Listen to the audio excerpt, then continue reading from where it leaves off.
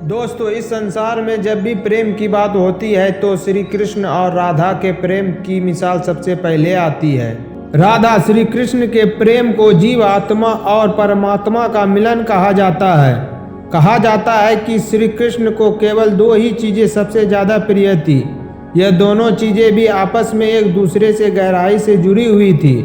वह थी बांसुरी और राधा रानी जी। लेकिन किसी को यह नहीं पता कि राधा जी की मृत्यु कब और कैसे हुई थी। तो आइए जानते हैं। लेकिन दोस्तों, अगर आपने अभी तक हमारे इस चैनल को सब्सक्राइब नहीं किए हैं तो इसे अभी सब्सक्राइब कर लें। क्लिक करें बेल आइकन पर, जिससे कि हमारे नए वीडियो की अपडेट सबसे पहले आपको मिले। कृष्ण के वृंदावन छोड़ने के बाद से ही राधा का वर्णन बहुत ही कम हो गया।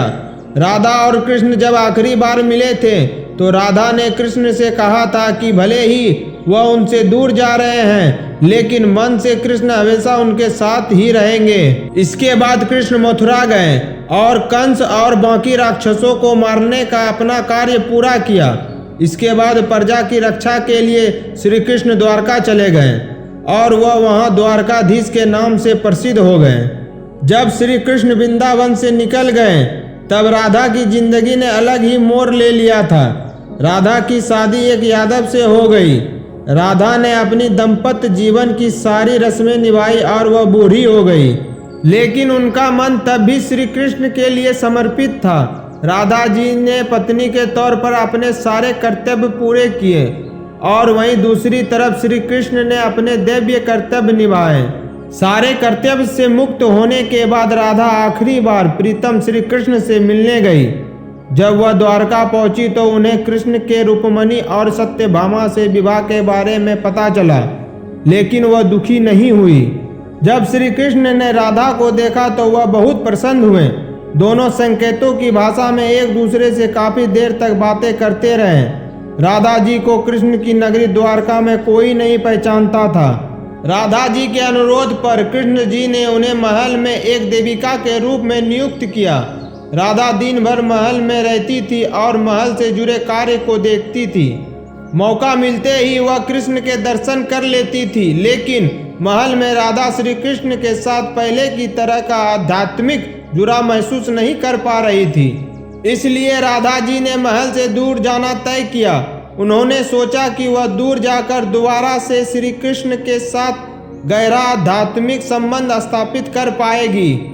उन्हें नहीं पता था कि वह कहाँ जा रही है, लेकिन भगवान श्री कृष्ण यह बात जानते थे। और धीरे धीरे समय बीता और राधा बिल्कुल अकेली और कमजोर हो गई।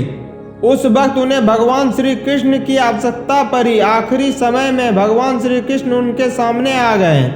भगवान श्री कृष्ण ने राधा जी से कहा वह उनसे कुछ मांगे, लेकिन राधा ने मना कर दिया। भगवान श्री कृष्ण के दोबारा अनुरोध करने पर राधा जी ने कहा कि वे उन्हें आखिरी बार बांसुरी बजाते हुए देखना चाहती है। फिर भगवान श्री कृष्ण ने बांसुरी ली और बेहद सुरीली धुन में बजाने लगे। श्री कृष्ण ने दिन रात बांसुरी बजाई जब तक राधा आध्यात्मिक रूप से कृष्ण में विलीन नहीं हो गई। बांसुरी की धुन सुनते सुनते राधा जी ने अपने शरीर का त्याग कर दिया। हालांकि भगवान श्री कृष्ण जानते थे कि उनका प्रेम अमर है, इसके बावजूद वह राधा की मृत्यु को बर्दाश्त नहीं कर सके। कृष्ण ने प्रेम के प्रतीकात्मक अंत के रूप में बांसुरी तोड़कर झाड़ी में फेंक दी। उसके बाद श्री कृष्ण ने जीवन भर बांसुरी या कोई अन्य वाद्य यंत्र नहीं बजाया।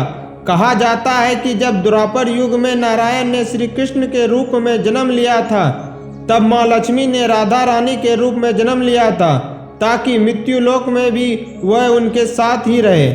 दोस्तों, आपका राधा जी के मृत्यु के बारे में क्या कहना है, हमें कमेंट्स के माध्यम से ज़रूर बताएं। और साथ ही हमारा यह वीडियो पसंद आया हो तो इसे लाइक अवश्य करें और इस वीडियो को अपने मित्रों के साथ शेयर करना ना भूलें। धन्यवाद।